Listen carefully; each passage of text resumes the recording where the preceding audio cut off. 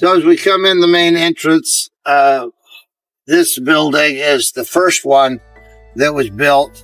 This was almost finished. They were just finishing it when Cheryl and I came in 1987. And we call it the Well. We still do small venues here. We do lots of weddings and funerals. And we also multi-use it in the community. We have several different local churches who meet here.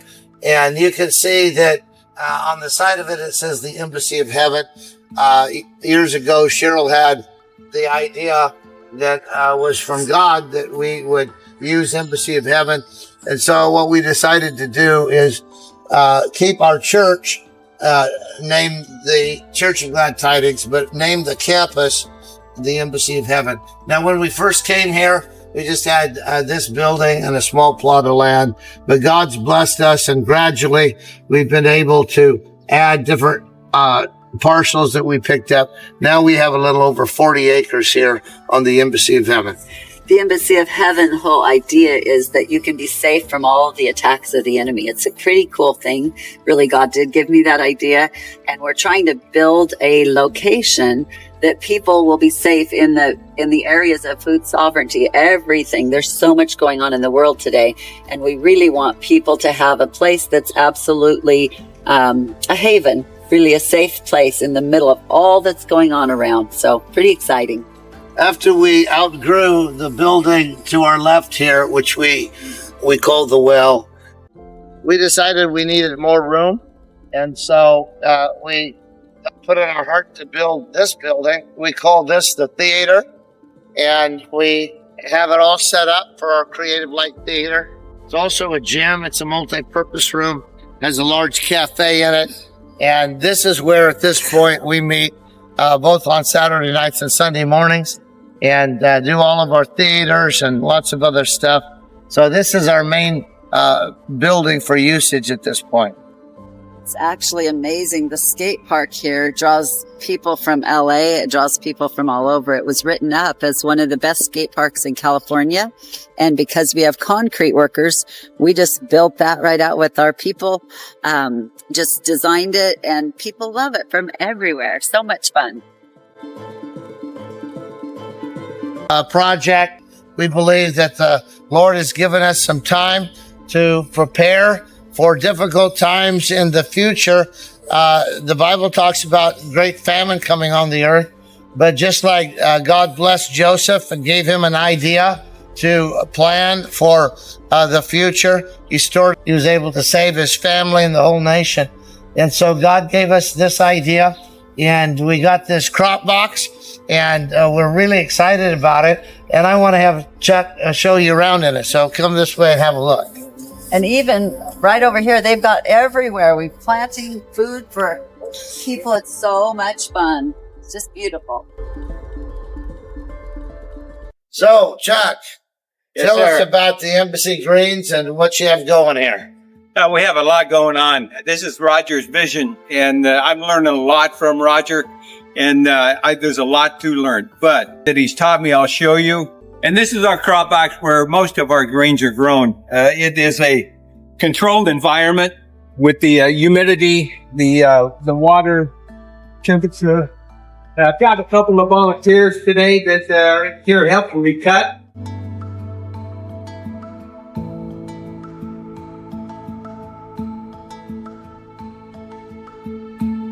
And this is the freeze dryer department. Once we cut everything, we come in here, bring those in, and we freeze dry the greens so that we can put them in pills, capsules. This is where we do the freeze drying. We've got 2 freeze drying machines. But I've got cut greens right now in here freeze drying. Once we freeze dry them, we'll get them ready to put into capsules, and that's what Roger has envisioned of feeding the world and giving them nutrition value so that they can survive on actually just capsules. We're also doing a project that we call the Embassy Livestock Project. And in that project, we have goats. We're raising boar goats, meat goats. We also have black Angus cattle. And then in another location, we have hens. We have chickens, ducks, and turkeys. And we're just getting ready to be able to provide for our families and our friends when food is short and times are tough. You know, this church didn't start as a church plant. Nobody was trying to start a little church somewhere. What actually happened was the Jesus movement when the hippie days, a whole bunch of hippies got radically saved. It started with just a few, and they got radically saved, and they said, we're going to give everything for the sake of the gospel. And it's such a cool thing because really it was a community. They ended up in a commune, living together, working together, serving God with all their hearts. And then they moved into town from the foothills. It was Morningstar Ranch. And they moved down here into town and ended up building the first building over there. And since then, this 40 acres has many, many, many buildings that we as a community, we don't live in commune anymore, but we as a community come together and build. And it's so much fun. And really, we're a very unusual church, wouldn't you say? Well, what makes us unusual is when we came here, we determined not to be a normal church. We determined to read the Bible, see what Jesus Christ did, and do our best to do that. And so that led us to adopting a ministry motto of find a need and meet it, find a hurt and heal it. And we followed that and derivations of that. For instance, we always say, let's trust God to find a Christ-honoring solution to every urgent need. And so instead of focusing on meetings and everything that happens, quote, behind the stained glass, we've focused on the community and looked for urgent needs in the community and then determined to meet them in a way that honors Christ. And really, that includes taking the poor, the broken, and the needy into your home. We've done that for 30 years now, just taking people in, loved them back to life. It's been the most delightful thing ever. And it's not something really everybody would choose to do, but I'm so thankful God put it on our hearts because it's changed us. We've become more and more and more caring and more loving as life has gone by. So that's what we're most proud of, is being able to love people well. And we've been focusing on that for 37 years now. Yeah. And it's working out really well. So the Church of Glad Tidings, the community, there's not people that transferred so much from other churches. There are some, and we welcome anyone to come. But many of them came out of jail, out of juvenile hall, out of prison, out of the many ministries that we've started around town. And we're particularly thankful for that. You know, I want to say this. The Bible says that the church will be known because of its love. And that hasn't always been the case everywhere in the church world. But really, we are supposed to be a people of great love and lay down our lives for each other. And I would say Glad Tidings does that really well. And we are really a fun, huge family. And we have big fun things together, and we work together, we play together, and we just have fun. So it's a beautiful chance to be an expression of the love of God on earth.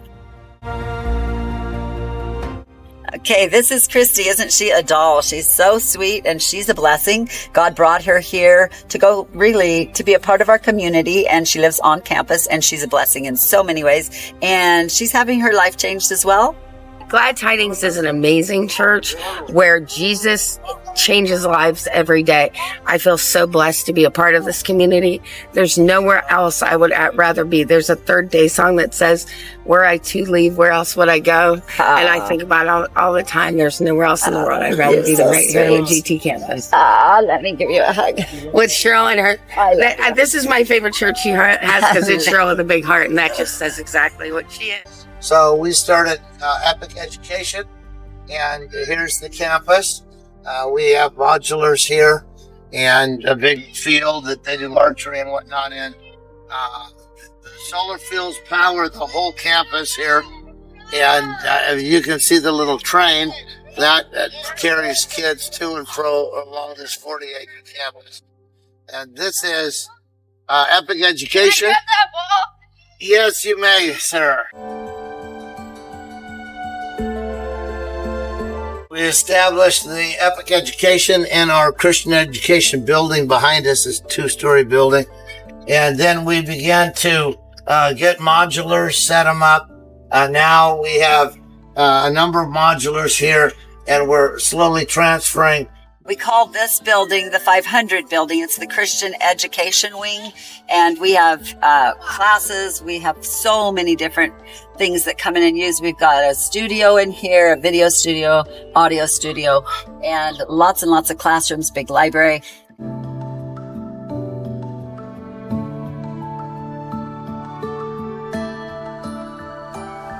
Here we have a building that we've used in so many ways for so many years. We've used this for residential housing. We've used this for the Faith Project. We've used this for many years. We called it the TLC. That stood for the Transitional Living Center. Though there were a lot of people here that we saw their lives changed by tender loving care. So we just call it the TLC Center. And we've used it for many different projects. Right now, we have a live-in work project for people that want to come and help us with the largeness of the campus. When I think about the Church of Glad Tidings, I really think about the fact that God's called us to be the church, not just this building and all these buildings that we've built out here, but he's called us to house his presence. And as we create a campus where all these people that carry him come together and we cheer each other on. My husband often says it's not about the huddle in a football game. And a lot of times that's what happens in churches is we're just getting together once a week and then we get together again. This is a community that is busy every day of the week, all people doing things that actually transform our whole community. So really what we're after here is hearts and lives that are totally on fire for Jesus, lay down their lives for the poor, the needy, and even those that have much in the way of material possessions sometimes don't have peace and joy and just the delight of heaven in them. He said, for years I wanted to be taken to God's heaven. And then he came here and he said, this really is a piece of heaven on earth. And it's really our heart's desire for people to feel that very way when they come here and be a part. So we want to welcome you to come and check out everything we're doing. We actually have Saturday night service at 7:00. We have Sunday morning at 10:00. We have something going almost every day of the week, and in huge conferences that explain what's going on in the medical arena sometimes and the nonsense that's going on in our governmental structures. We have lots of different things that go on here. Yeah. So we want to provide a Christ-honoring solution for every urgent need. The mountain of the Lord's house will be established over every other authority. Yeah. And the people of the world will come to the Lord's house and say, if we come to your house, will you teach us the ways of your God? And that's our goal here at Glad Tidings and the Embassy of Heaven. Yeah, Dave and I have been here 37 years as the senior pastors, and we raised our children here. They have businesses, they're doing what they're doing at this point, have huge business in Woodland. But we have dedicated our lives to see this place be the peace that God intended for it to be. Really in our hearts like it is in heaven, and on this campus like it is in heaven. And it's an exciting journey, and we've really been working on that for a lot of years. It's really not a new vision. It's just coming together more and more and more as time progresses. So it's so fun, and we're excited and delighted that you might want to be a part of that. And I personally want you to come up to me. If you come to the church and you saw this online somewhere, come to me and say, hey, I saw your video and I want to meet you, because I love to meet new people. It's super fun for me. So come and meet us.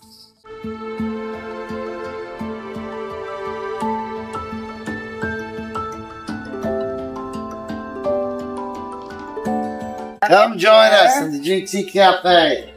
Right now you can see what it looks like, but if you come on the weekend, you'll actually get really good food. So that's the fun part. We have great food, lots of fun, and people get to know each other. Come on in here. We have Embassy of Heaven sweatshirts up here, obviously.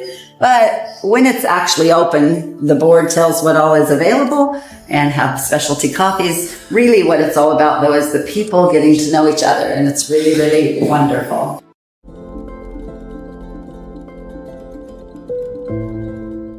This is a place for people to connect. It's open at service times before and after. And of course, all of our events that we have. And we put chairs out there. It's a beautiful and inviting place next to the skate park. And people get to know each other and get to rest and relax during the breaks of our conventions and our seminars.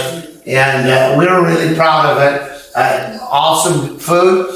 And right now we're considering putting together some food trucks. We're working on a couple of them to accommodate the big conferences that we have here. And it's really fun. Even the young people that get to come and work in here and learn how to be, how do you say that word? Mistress? Barista? Barista. I'm not the one. I don't know how to do it. Barista. Yeah. The young people come in, learn how to be barista. Even our videographer is a barista because she's been in here. Come have a coffee with us. You're always welcome. We really want to invite you to come and be a part of the church on a weekend. You'll only get to see a little bit if you come to a Saturday night service. It's huge and wonderful. But if you come and spend a week in town, you'll get to see all kinds of things that God's up to. We have people come from all over. This last week, people came from maybe 20 states and were a part of the Isaiah 61 conference. And then some of them stayed after and we got to meet them and talk to them. And we want to invite you to do that. Just come and be a part of what God's up to in Yuba City.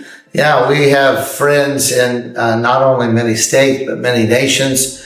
We do a networking project that is really growing, and it's called GT Global. And we've just moved it from once a month to twice a month, where we network with people. And last week we had people from South America. We had people from Malaysia. We had people from Japan and from Canada. That's why we call it global. Yeah. And so anyway, wherever you are, join us online if you can. Better yet, come and visit us, and we welcome you. Come in and have a coffee and get to know us. We'd love to get to know you.